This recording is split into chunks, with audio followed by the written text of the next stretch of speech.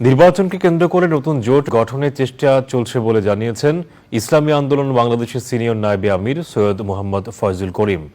তবে অন্তর্বর্তী সরকারকে আগামী নির্বাচনের জন্য কোনো চাপ দিতে চান না তারা।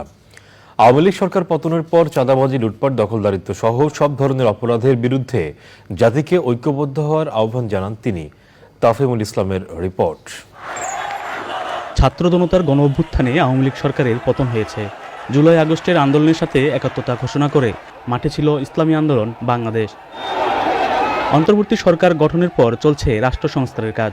শিক্ষা, সংবিধান, প্রশাসন সহ বিভিন্ন কাঠামো সংস্কারের জন্য অন্তর্বর্তী সরকারকে আহ্বান জানিয়ে আসছে ইসলামী আন্দোলন বাংলাদেশের নেতারা। এবার রাজনৈতিক জোট গঠনের চেষ্টার কথা জানালেন ইসলামী আন্দোলন বাংলাদেশের সিনিয়র নায়েবে আমির সৈয়দ মোহাম্মদ ফয়জুল করিম।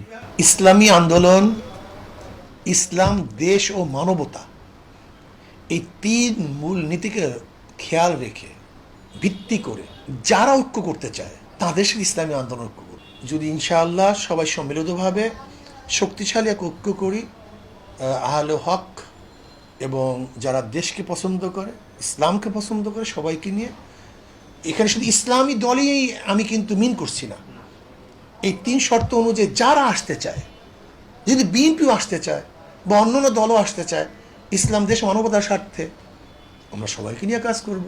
বিএনপিকে ইঙ্গিত করে তিনি বলেন, এবার জাতিকে ঐক্যবদ্ধ হতে হবে চাঁদাবাজ, লুটপাট ও দখলদারিত্বের বিরুদ্ধে। যারা 5 তারিখের পরে গুন্ডামি, বদমাশি, লুট তরাজের সাথে সম্পৃক্ত ছিল, এদেরকে অ্যাভয়েড করেন। যেরকম আওয়ামী লীগের বিরুদ্ধে আমরা সম্মিলিতভাবে আন্দোলন করেছি, এদের বিরুদ্ধে আমরা সম্মিলিতভাবে আন্দোলন করি। দ্বিতীয়বার বাংলাদেশের ক্ষমতায় কোনো চরিত্রহীন বদমাশ, ডাকাত এবং লুটেরাদেরকে আমরা দেখতে চাই না। নির্বাচনী পরিবেশ সৃষ্টির মাধ্যমে যথাসময়ে নির্বাচন দেবে অন্তর্বর্তী সরকার, বললেন সৈয়দ মোহাম্মদ ফয়জুল করিম।